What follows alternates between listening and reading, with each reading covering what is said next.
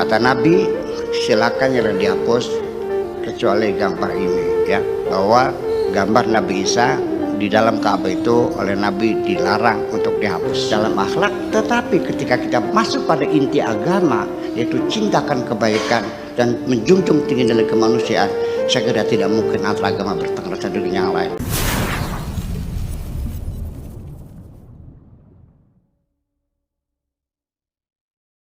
Ketika para sahabat Nabi itu mendapat tekanan dan tindasan di kota Mekah, dianjurkan oleh Nabi Muhammad mereka untuk berhijrah ke Habasyah. Di sana para sahabat Nabi dihormati dan sangat dimuliakan oleh Raja Habasyah yang termasuk umat Nasrani. Dan ketika mereka pulang kembali, mereka menceritakan bagaimana umat Nasrani menghormati sahabat-sahabat Nabi itu.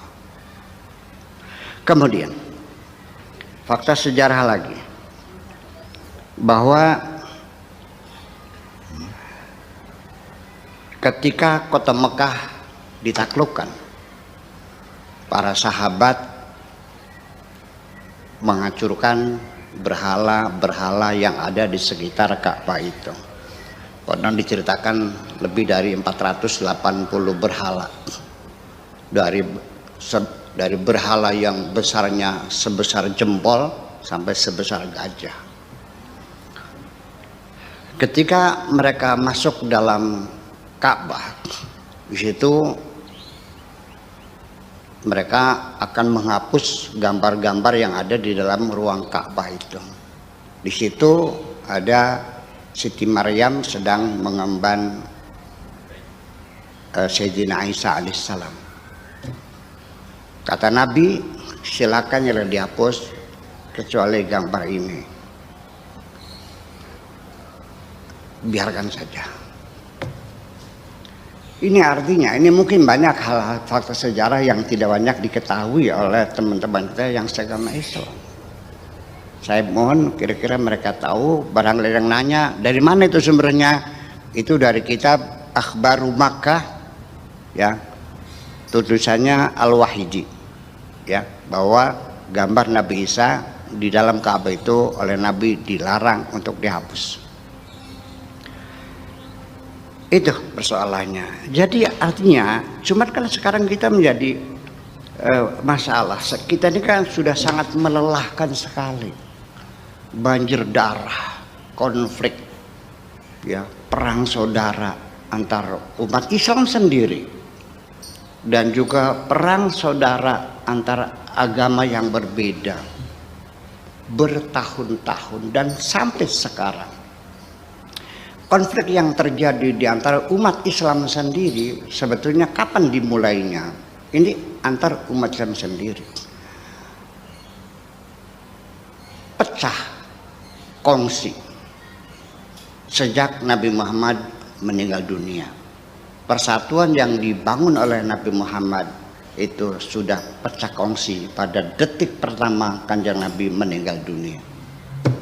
Bahkan sampai Nabi belum dikubur, mereka sudah bertengkar di Saqifah Bani Sa'diyah, berebut khilafah antara siapa yang berhak, apakah Abu Bakar, apakah Sayyidina Ali.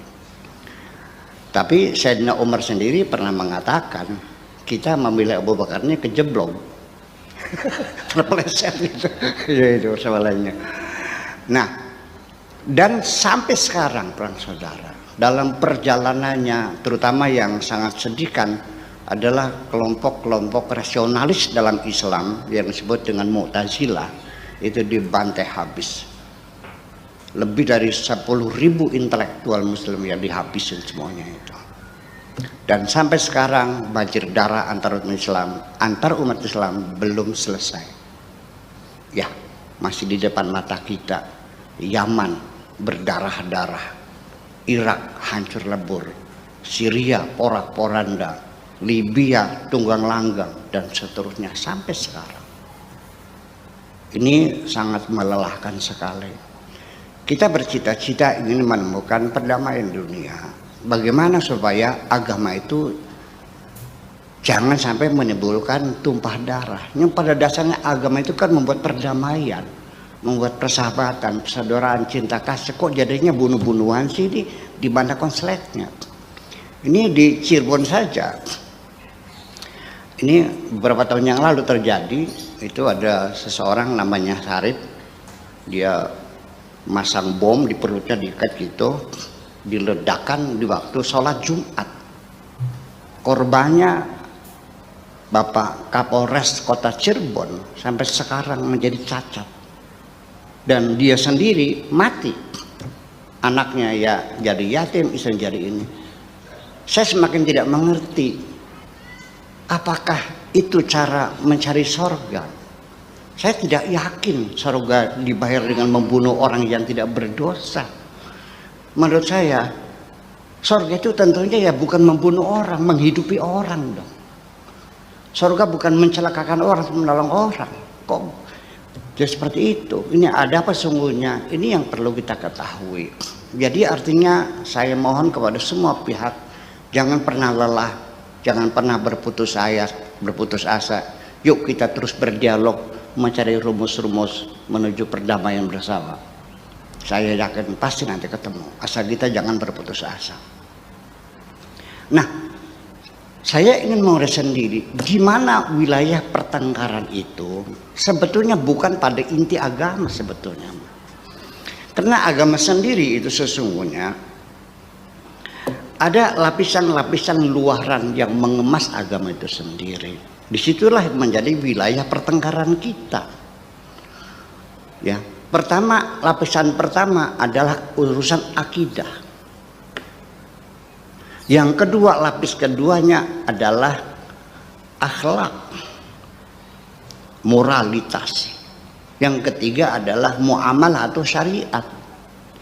Ini tiga wilayah inilah sebagai tempat pertengkaran di antara kita.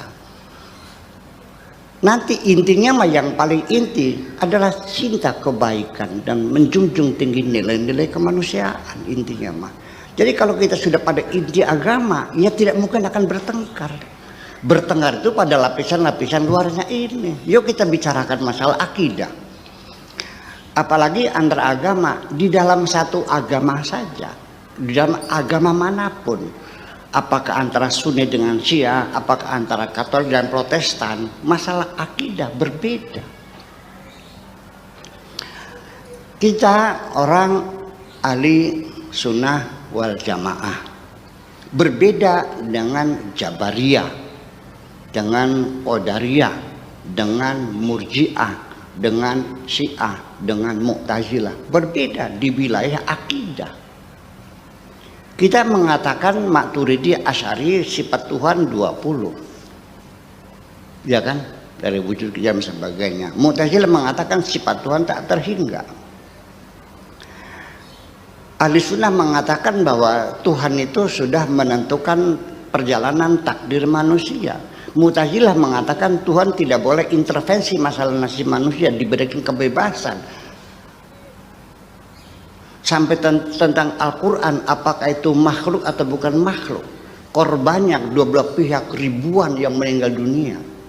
Jadi artinya ketika kita orang berbeda akidah, ya itulah sifatnya. Karena bagaimanapun pada akhirnya apa yang engkau yakini, ya, bahwa keberadaan Tuhanmu sendiri, engkau tidak bisa membuktikan keberadaannya kok. Termasuk orang yang tidak percaya Tuhan juga tidak punya bukti ilmiah akan ketiadaan Tuhan. Ini 50-50 kok sebetulnya. Tetapi walau bagaimanapun saya harus menghormati apapun yang Anda yakini. Saya taruh di atas ubun-ubun saya.